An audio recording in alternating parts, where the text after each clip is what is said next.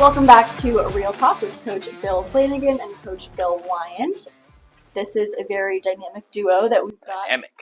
Dynamic duo we've got over here. We've got, as you call him, your right-hand man. Oh, yeah. So, Bill W., can you take us through when you started at the Cyclones and your kind of evolution here? Yeah, so I started right out of college, probably September. September after I graduated. 1986? No, it was 2013, 2012, 2013. Wow. I came on as more of an assistant, and then kind of doing any type of admin stuff that was needed, and then kind of involved into doing anything that was, again, needed in terms of on ice, off ice. When I first started, I worked with the goalies a little bit, assisted on ice with a couple different teams, and then worked kind of with Coach Joe Flanagan, more with the youth in terms of the admin stuff, and eventually helping run the rink and doing all that stuff as well. So, yeah, then it's kind of evolved into my position now that I oversee every aspect of the organization with Coach Bill. So, yeah. And Coach Flanagan, how has your relationship with Coach Weiand evolved over the years? I just like to have close relationships with people that I work with. I need to be able to trust people. I need to be able to let them into my world and trust them and know that at the end of the day, we're working together. We're doing something bigger than who we are, and growing something and participating together in something. And so at the end of the day, our relationship has grown from, again, like he said, essentially just as an assistant to we hired to come in and, basically be a handyman to try to help us with different aspects of the business. But has involved through his hard work, his dedication, his relentless effort in trying to make this organization the best organization in the country. His tireless efforts working from 7 a.m. to 12 p.m. 12 a.m. At the end of the day, is it's like he just put the effort and the work in, and he earned my respect. And he's again, like he said, he oversees the operation with help from me, but he oversees the operation on a daily basis, and is the lifeline and the force that's pushing us forward in the next 5, 6, 7, 10 years. So, yeah. Were there any combative moments? Oh yeah, we just had one. We just had one 2 weeks ago. Yeah, we were wrestling in his office. There's always going to be, when you're close to somebody and your family and things around. We're not going to always agree on things. We're not going to. And I've always taught him that, he needs to have a voice and his opinion. It just doesn't have to be mine. I don't want a yes man. I want somebody that's going to be able to voice his opinion. And when I'm wrong, say it, at the end of the day, and we have that relationship. So, it's evolved to, for the first couple of years, him probably being a good soldier and not saying a whole lot to, now, he voices his opinion. He lets them know how he feels. We agree, we disagree, we work through, we find a happy medium, and then we go forward, whatever is best for the organization. So, the relationship has evolved in that way, 100%. So yeah, we just got done with a wrestling match. So, And well, first of all, who won? No. He did. He beats me in basketball. He beats me. He's just, it's just unfortunately I'm unable to compete. So. And Coach W., this is kind of a two-part question, but first part, how have you seen this organization evolve since you have been here? Yeah, so when we first started, we had a junior team. We had like a hybrid U18 junior team as like our, call it junior B or however you want to call it. And then that was the first year that we started a U16 full season team. And then I always remember it was somewhat full, but we were able to get it off the ground, and some kids did online. A lot of kids were more going to their local high schools, and we practiced in the afternoon. And then the second year, we started with, we had a U18 team. we kept the second junior team as kind of more like a standalone junior team.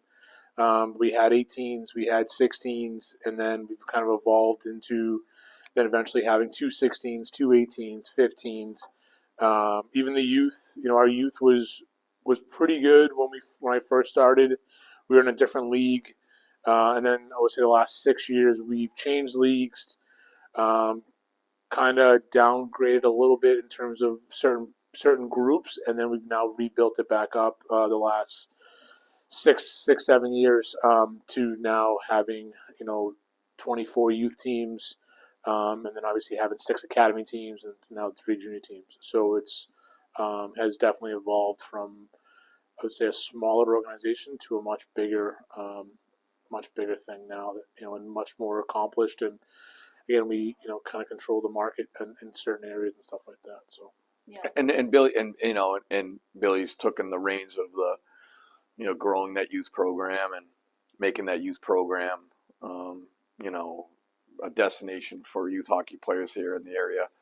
And like you say, we've got 24 teams, not only just from 24 teams, but where the quality of the teams are very good, and we're attracting a lot of ex-college hockey players to coach within the organization.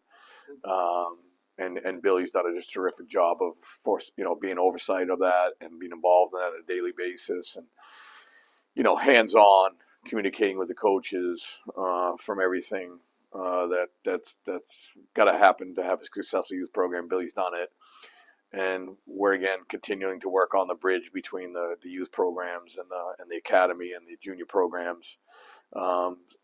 Something that will continue to press, and we want to see a lot of those youth guys, graduate into our academy programs and things like that. So he's done a terrific job with the youth program, and the youth program is something that we're all real proud of, and kudos to Billy. Billy's done a great job. Like when I first started, I think we had some good youth coaches, but I don't know if they really cared about the program in the right way. I don't know if they, would say, hey, I really loved playing for the Cyclones. I think it was more of it was just the right, it was just easy for them, or geographically, or whatever it was. And I think now we have a group of youth coaches that I'm very hands-on with and speak with regularly, that care about the Cyclones, care about being here, caring about our success. They want to see their kids, their kids or their players grow into the academy teams and junior teams. And that was another thing. When we first started, it was, I think, a lot of the youth parents didn't think that that we cared enough about the youth program, and it was more just the juniors and stuff like that. And I think we've done a good job and continuously need to continue to do a job of bridging the 2 programs or the 3 programs and making sure everything is connected from the youth to the to the academy, to the juniors and all that stuff. So, yeah. I have the second part to that first question for you. How have you seen Coach Flanagan evolve over your time? You have to just hammer this with everybody we're going to bring on, right? So I love hearing different perspectives. Thank you. I think it's entertaining. Okay, thank you. And this is entertainment, right? This is why we're doing it. So go ahead. With Bill Flanagan. Entertain everybody, Billy. Go ahead. Entertain. So I think the first couple of years, he was a little bit. Don't say scary. No. I don't think it was scary. Thank you. I think he definitely was very demanding and tough, very on tough.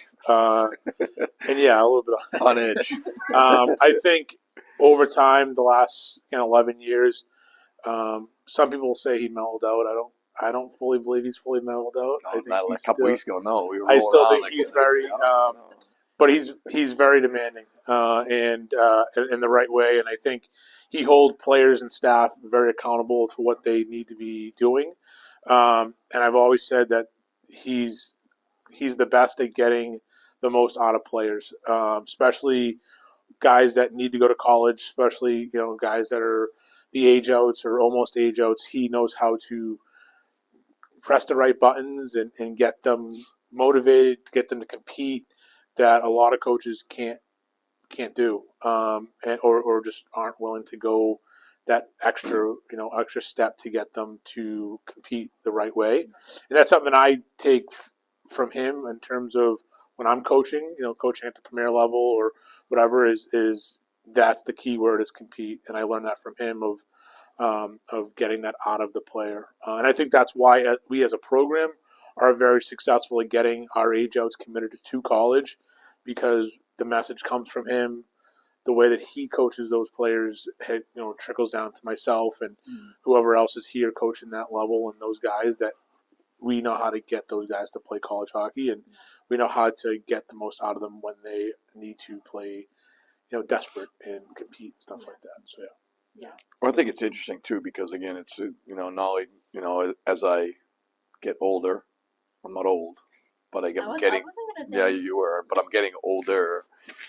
The new team I have is the staff, and I now take a look at the staff as my new team, and how do I get a staff of 15 to 18, almost the size of a hockey team, to again buy into this lifestyle and this commitment that they have to make on a daily basis, and not only demand them to be the best themselves, but then have to demand they want the best from their players and things like that. And that's my new challenge as I go forward in the latter years of my career. But at the end of the day, I think it's a big challenge because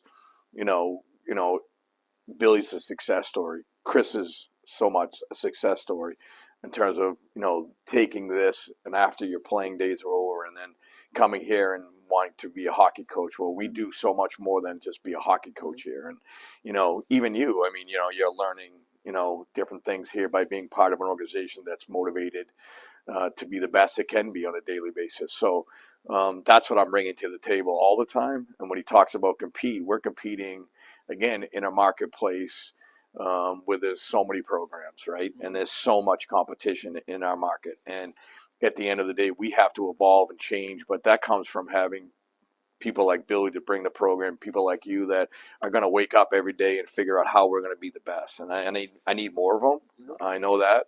I need everybody that way. But at the end of the day, that's my new team going forward, quite frankly. And the challenges, for the next X amount of years are ahead of us because, things always change. Players change. But at the end of the day, hockey's hockey, and we love hockey. And I started this business to allow people to, have an opportunity to play hockey, to build a rink, to do all the things, that I've been able to experience, my children have been able to experience, and now my staff, and now their children.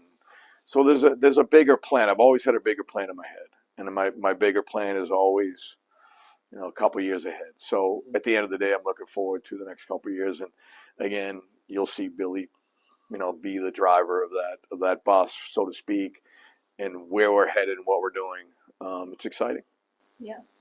And one of my last questions, kind of switching gears to both of your on-ice teams. Obviously, the head coach of the Premier, head coach NCDC. You work with him with NCDC. What is kind of the thing, or maybe two things that you look for in a Premier player? You're like, yeah, he's ready to play NCDC. And what are some of the things that you're like, okay, this guy's not ready, and you don't know if he will be ready. But what are those things that you look for? Well, I'll answer first. We made a clear distinction, not a clear distinction, but we've made a directional change in terms of our program, in terms of ages. So we wanted NCDC to be on the younger side. So predominantly our players on the NCDC team this year are younger than previous years. Mm-hmm. We wanted our Premier team to be the destination for age-out players, majority of age-out players, that we're going to be able to focus and get them a good Division III college opportunity. Mm-hmm. And so, again, we've tried to, and Billy's done a terrific job of, again, identifying, who fits age-wise and then who fits talent-wise, right? So, and he's done a terrific job of that. Now, our record doesn't reflect.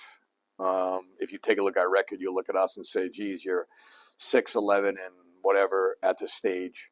But I have, and Billy's recruited, a majority of guys that never played junior hockey before. They've never been at this level before. Again, their taste of real hockey for the first time. They don't understand the commitment or the time frame or how every day a playing junior hockey is just a totally different world. And so these guys are now starting to understand, or we hope, again, going forward, they'll start to adapt and become more in sync with the demands of what we're doing and translate to, more success. Mm-hmm. But on his side is he's got some veterans. He's got some good players at every turn.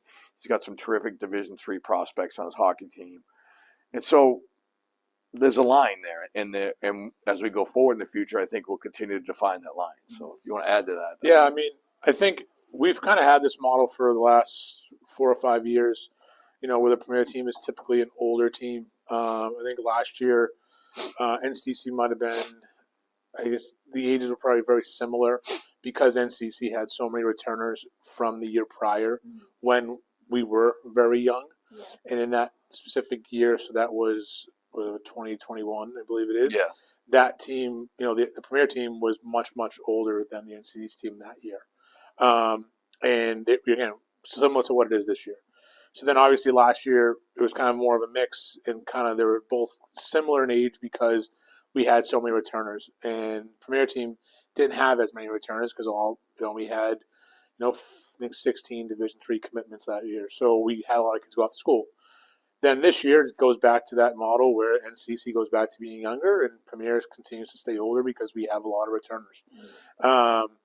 And I think we have to just decide on where we think the player is going to fit best and where they're going to showcase best and how they're going to, what's the best path for them to go to college in terms of role and just, ice time and all that stuff has to kind of go into effect of, consideration when we're deciding what's the best spot for a certain player that needs to go to a certain type of school or a school in general and stuff like that.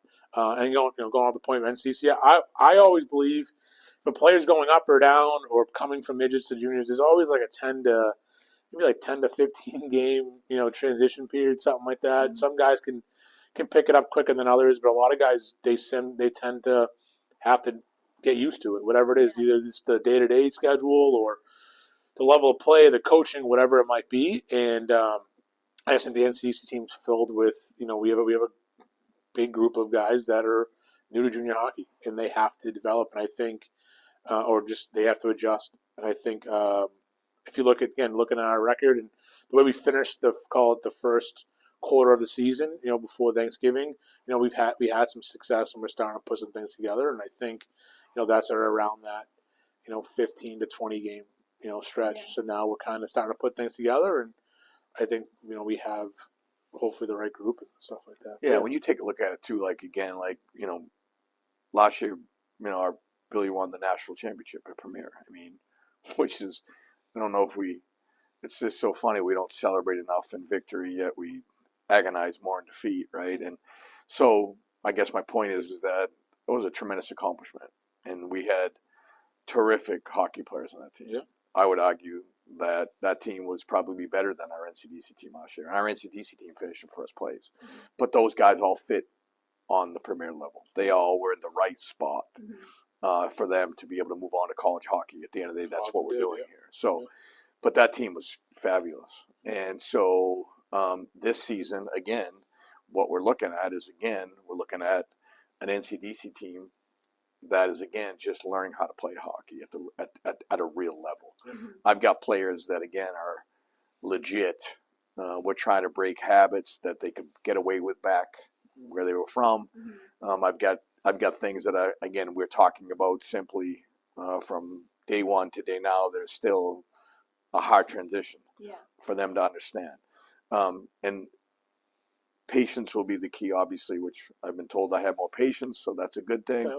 We don't like losing, but at the end of the day, 6-11 with a group of guys that never played at this level before, we're getting there. We're going to be better. We're going to, like I said, I've always told people this, that September, October, November, December, that's terrific. I'm glad you're 25-6 and you're having a great year. But January, February come around, that's when you want to be playing your best hockey. Yeah. And I'm looking forward to that. And from his perspective, he's got his team rolling now. And those guys, he's got a good group of older players. They've been here, they've returned, and he's going to make a terrific run. And all those players will move on to good college programs. And that's what we're doing, and we're doing it right. So and we're about the player first. And like Billy said, if they're going to fit at the right place at the right time, and I think we've done a good job of that. So, well, thank you for tuning in. We will see you in 2 weeks with another guest coach to be determined. TBD. TBD on that. TBD. See you in 2 weeks. Bye-bye now.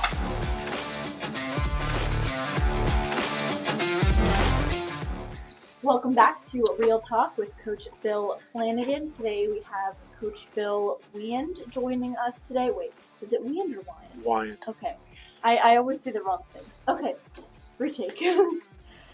3. I thought it was part of the podcast. I thought it was too. I mean, I like that. Really? Yeah, I think it's great. I feel like I look unprofessional now. No, it's fine. Whatever. It's fine. You know how many times people have botched his name? You know what my... Weiand. Yeah, it's Weiand. I call him Bill Weiand. Yeah, Weiand. First 5 years. So Weiand. there was an L in his name, so it's Bill Weiand. I accept Weiand, so. Yeah, so Weiand. Okay. Okay? His father would be mad, though. Yeah. Pronounce it correctly. He would be happy. So, no, this is part of the podcast, so keep going. I think this is fun. I think we need to, my name is Fitzpatrick. Okay. Yeah, so whatever. Bill Fitzpatrick. Actually, I had a guy play for me named Bill Fitzpatrick, so he's a good player. Grinded out, the pucks and beat.